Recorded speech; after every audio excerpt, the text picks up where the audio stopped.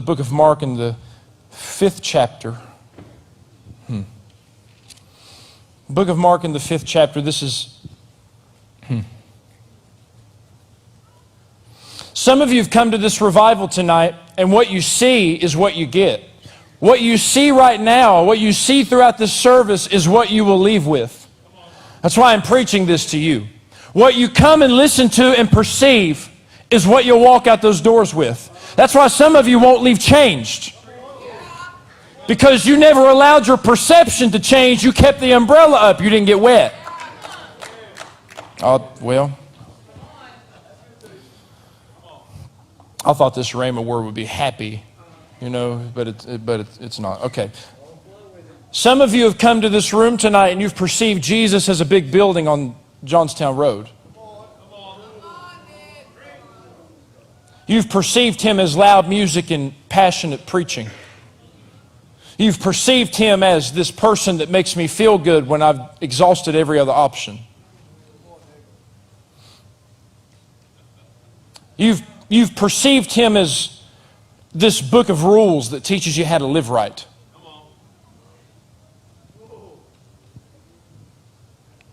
I just hear the Lord saying, did you not know I can speak? I'm not a classroom novel. He says, oh, I'm so much better than that. I just hear the Lord saying, quit limiting me.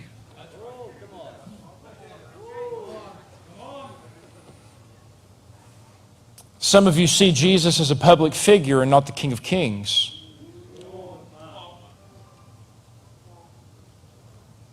I hear Him asking, am I a celebrity or am I Lord? Am I that word you use right before your favorite cuss word? Or am I Jehovah Rapha, the God that heals? Who am I to you? Don't worry about what everybody else says about Him. Who am I to you? There are people, I dare say to you, in this room that don't even agree upon who Jesus is. Some of you think He is an hour-and-a-half block of time on Sunday morning.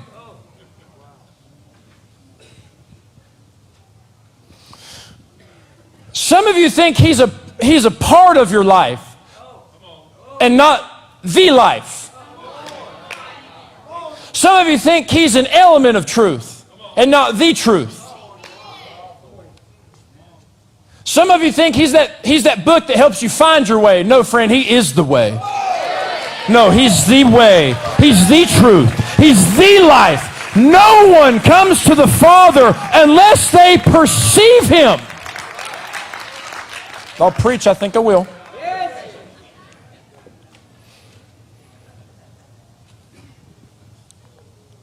We've perceived Him as a good person and not the Lord of Lords.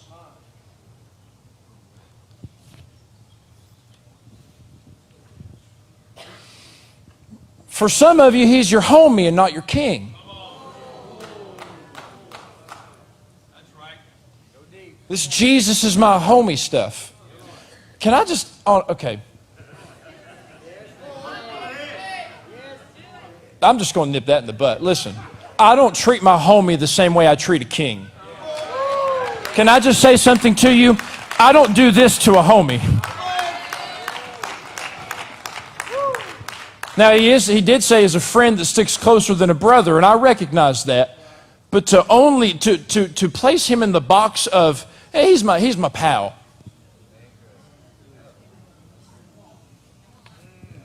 I don't let my pals boss me around. My pals don't command me, and I don't go with the wind of my pals. I go with the wind of my Lord.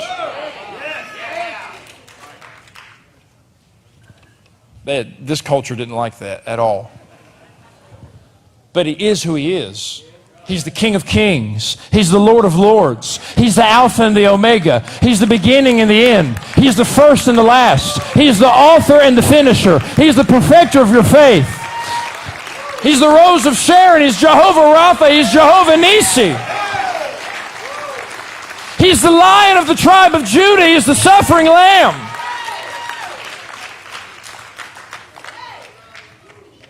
He's a little more than homie. He's a little more than Sunday morning. He's a little more than revival service on Monday night. He's the man. He's the way. He's the truth. He's the life. He's the captain of the angel armies. Whew. Only when you recognize Him can you receive from Him. Recognition opens the door to reception. Can I preach that? Watch this. Read this story with me. Mark chapter 5, verse 25. A woman who had been hemorrhaging for 12 years. Many of you have heard this story. She had endured much at the hands of many doctors and spent all she had and was not helped, but rather had grown worse. In other words, she's tried everything. She's tried it all. After hearing about Jesus, she came up in the crowd behind Him and touched His garment. Somebody say touched. Now you got to hear me. For she thought, if I can just touch His garment, I will get well. And immediately the flow of her blood was dried up. And she felt in her body that she was healed of her affliction. And immediately Jesus perceived Himself that power proceeded from Him. And it had gone forth. And He turned around in the crowd and He said, "Who touched me?" And His disciples said, "You see the crowd pressing around you and you say, 'Who touched me?'" Have you lost your mind? Everyone's touching you. You're in a large crowd.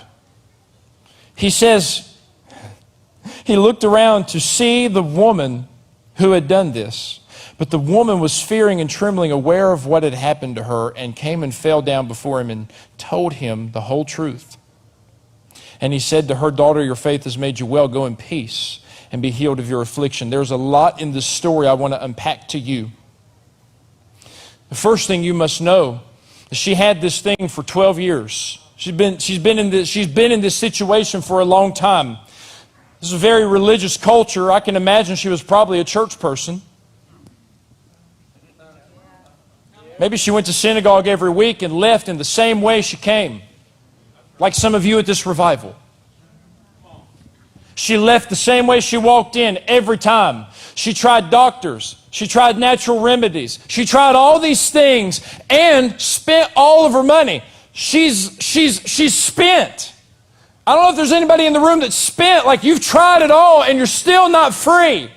You've tried it all and you're still not healed. It's like, I don't understand what's going on with me right now. I've tried it all. I've spent everything I have. I'm just going to sit like this and bleed. But then she heard about this man. She heard the reports of this man who had already been going to towns and touching and healing and delivering and setting free. And she heard, he's going to be in my town today. He's going to be close by.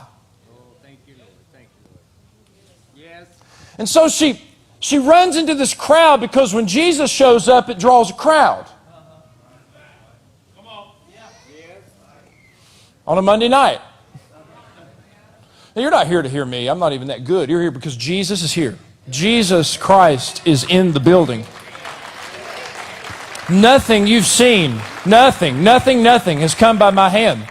You're here because Jesus Christ is redeeming people.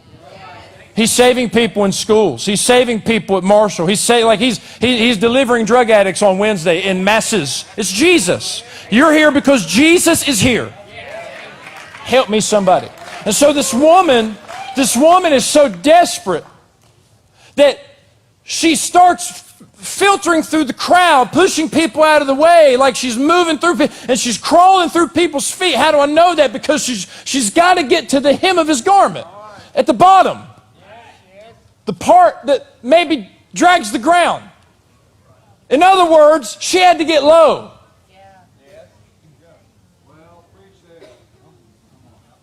You hear the light bulbs? Oh.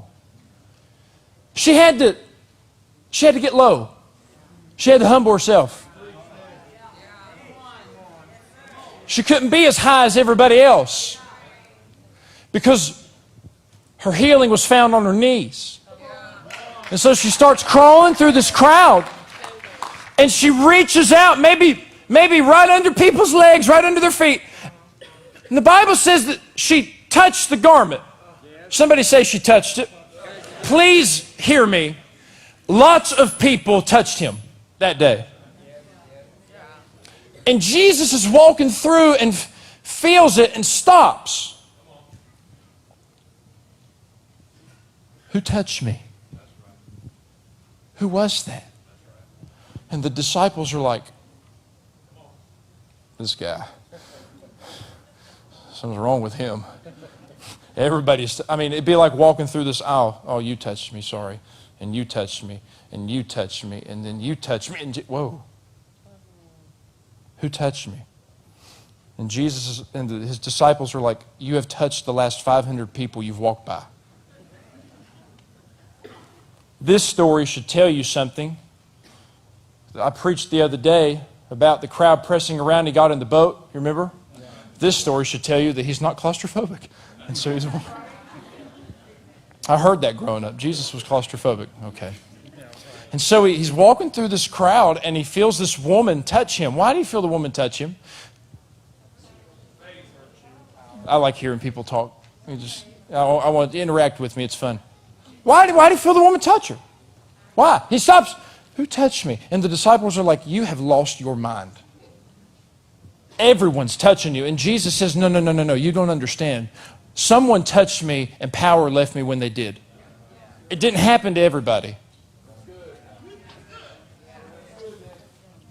It didn't happen to everybody. But wait, everybody was touching him. Some of you are like, I'm confused. There's a Greek word for touch that you need to know. The Greek word for touch is a verb that means to fasten oneself to. She didn't just touch him. She grabbed it. Would not let go of it. Jesus had to stop because she grabbed him. Are you still here? Jesus had to stop walking because somebody was pulling him to the ground with her. That's what it means in Greek, to fasten oneself to. In other words, everybody else just grazed by him because they were in the same location. But there was only one person that got low enough. And there was only one person that wasn't okay with just being grazed. I said there was only one person that was not okay with just being grazed. But there was somebody that wanted to grab a hold. There was somebody, wow, help me. There was somebody that wanted to grab a hold of him because she was so desperate. She knew nothing else will satisfy me unless I grab a hold of this and do not let go.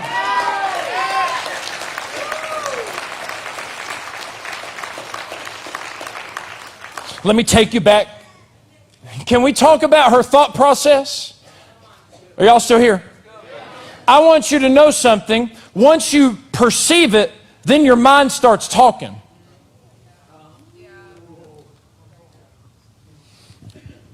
Let me say it to you this way. Before, young people, listen to me, before the enemy can get you in the bed, he's got to get in your head. You don't just wake up and sleep with somebody. I'm just giving an example. You don't just wake up, as you're a believer, you don't just wake up and say, okay, I'm going to go fornicate today. No, it doesn't work that way. The enemy prods your mind. Your mind is the battlefield. Your mind is the war zone. Your mind... Every sin starts as a thought.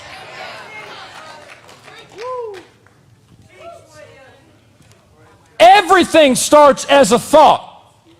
Even your miracle. No, even your miracle starts as a thought. Your perception of who Jesus is starts as a thought based on what you've seen. Based on what you've heard. Nick, how can you say that? Well, let me show you again. How many of you, this is your first night here? Let me see your hand right now. Why are you here? I can probably tell you why you're here. Because you heard. You heard something. Maybe some of you got on Facebook and saw it. Maybe some of you turned on the news and watched it. No, I mean, this is right. People are seeing it everywhere. It's all over. It's all over social media. The news is. I mean, it's just people are seeing it, right? So, are you here because you heard about it? You heard about it from somewhere, and you're here, and we're glad you're here. This woman is no different than you. She heard about Jesus and the things he was doing.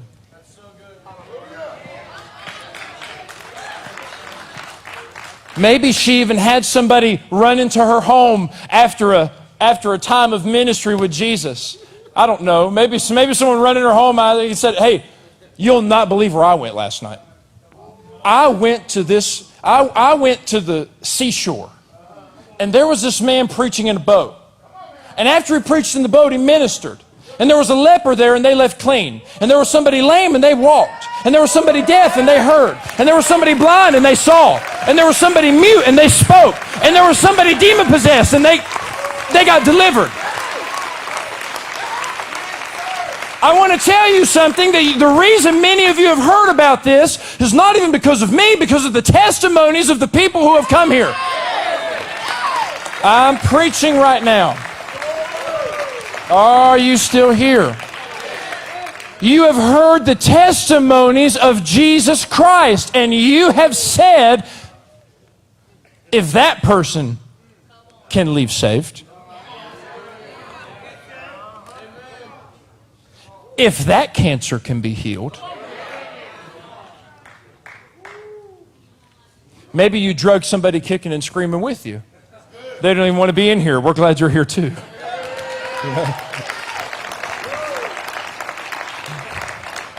And I don't want to get too rabbit trail, but I do want to share with you this. This is are you still here?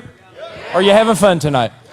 It's all about your mind. Your mind causes you to, everything you do starts in your mind. The way you treat people starts in your mind. The way you worship starts in your mind. Some of you won't worship because you're scared of the reaction of who's sitting with you. Where did that start? Your mind. Are you worried about who's in front of you?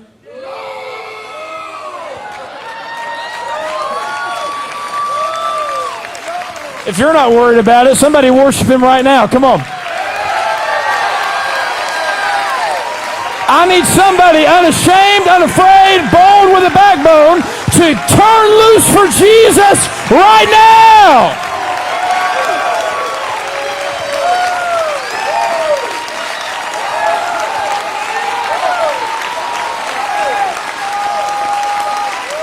That's my King.